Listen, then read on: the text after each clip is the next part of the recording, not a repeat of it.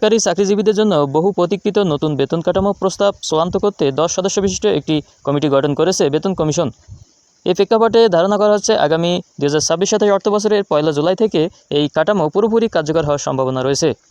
এর আগে অন্তর্বর্তী সরকারের আমলে কমিশনের পক্ষ থেকে সুপারিশ করা হয়েছিল 2026 সালের 1 জানুয়ারি থেকে নতুন বেতন কাঠামো আংশিকভাবে কার্যকর হতে পারে, তবে নানা আলোচনা সত্ত্বেও সেটি চালু না হওয়ায় নতুন সম্ভাবনা হিসেবে 2026-27 অর্থবছরের প্রথম দিন অর্থাৎ আগামী 1 জুলাই ধরা হচ্ছে।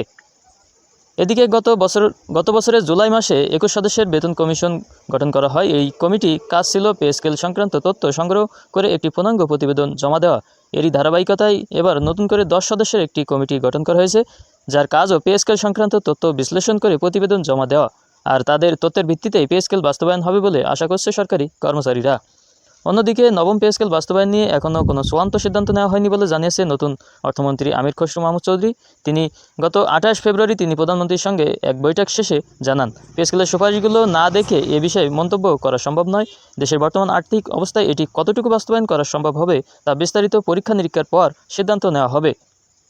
তো এই ছিল রূপালী বাংলাদেশ পত্রিকায় আজকে 27 এপ্রিলের একটি খবর।